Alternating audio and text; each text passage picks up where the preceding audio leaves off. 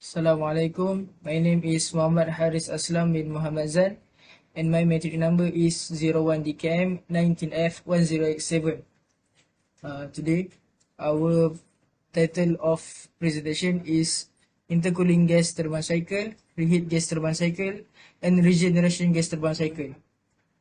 For the introduction is the addition of intercoolers in gas turbine cycles reduce the compression work, and this is achieved by dividing the compression process into two or more stages, and the exit air or gas from each stage is cooled by the intercooler or heat exchanger to minimum cycle temperature.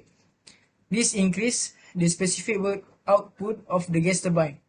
There can also be an increase in thermal efficiency of a practical cycle. However, there is always a decrease in the thermal efficiency of the ideal reversible intercooled gas turbine cycle compared with the simple cycle. For the reheat cycle increases the turbine work and consequently the net work of the cycle. This is accomplished not by changing the compressor work or the turbine inlet temperature, but instead by dividing the turbine expansion into two or more parts with constant pressure heating before each expansion.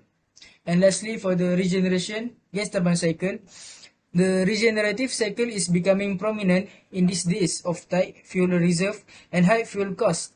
The amount of fuel needed can be reduced by the use of the regenerator, in which the hot turbine exhaust gas is used to preheat the air between the compressor and the combustion chamber. Assalamualaikum, my name is Abdul bin Abdul Halim. My metric number is 01DKM 19F1088. For intercooler diagram, the ideal open gas turbine with intercooling can be shown as 1, 2, 3, 4, 5, and 6. In first stage, compressor atmospheric air is compressed from P1 to P2. It is then cooled from temperature T2 to T3, become T1. In the intercooler at constant intermediate pressure Px, and finally compressed from Px to P2 in second stage of compressor. For the reheat cycle can be shown as 1, 2, 3, 4, 5, and 6. The combustion gas from combustion chamber CC1 at temperature T3 is partially expanded in the HP turbine from P2 to intermediate pressure Px. After this, it is then passed through combustion chamber CC2, where it is reheated at constant pressure Px, so that the temperature of the gas is raised from T4 to T5. After this gas is expanded in second stage of turbine, reheating is shown by the shaded area.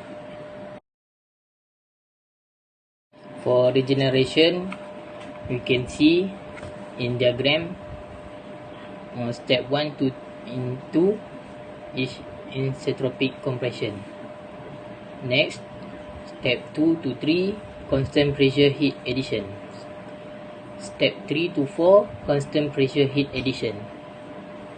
Step 4 to 5 isentropic expansions. And last step is 1 to 5, the repetition, constant pressure heat rejection. Bismillahirrahmanirrahim. Assalamualaikum warahmatullahi wabarakatuh. My name is Azhar Haikal bin Muhammad Alim, and my metric number is 01DKM19F1089. So, for the conclusion, these three processes are important in keeping the thermal efficiency of gas turbine and increase network output. These processes needed to be working, as it will make the gas turbine work smoothly without failure. That's all. Thank you.